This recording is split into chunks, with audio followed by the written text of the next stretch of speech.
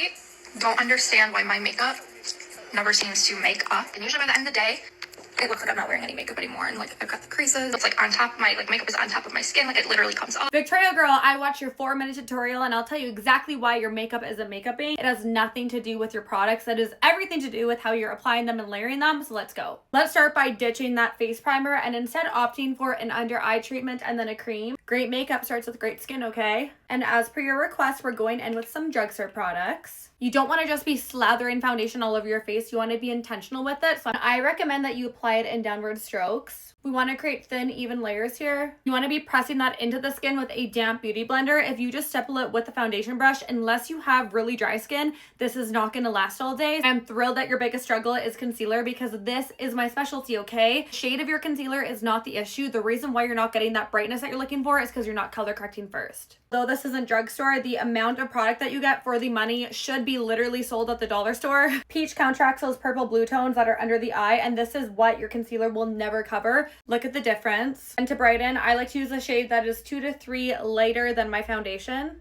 Blend. You're applying your cream contour with a brush like this when instead you want to be using a brush like this. This brush is more for powder. This isn't dense enough to give you a flawless application. This is my ride or die contour brush, and all you do is literally stipple it in and it just melts perfectly into the skin. This is what I like to call contour for dummies. Your blush brush looks fine, but what I would do is focus on the placement a little higher up. You almost want it to be right on this hard bone here, and I just stipple it on just like that, almost under the eye. This creates a nice lifted, youthful effect. You want to always reblend any areas that may have crease before setting it with a powder. If you aren't doing this, you are essentially locking in a crease that already started. For your eyeshadow, you're using a brush like this when instead you want to be using a brush like this. Yours is a little rectangular, but you want it to be more circular. Also, don't want to hold it like a pencil. You want to have your hand at the very back of the brush.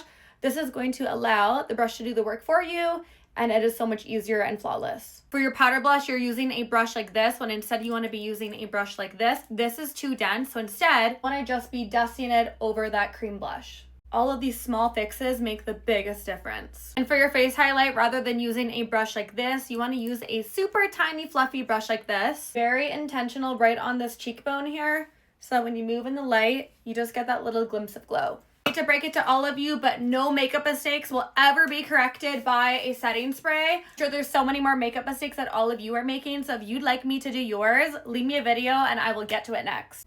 Later.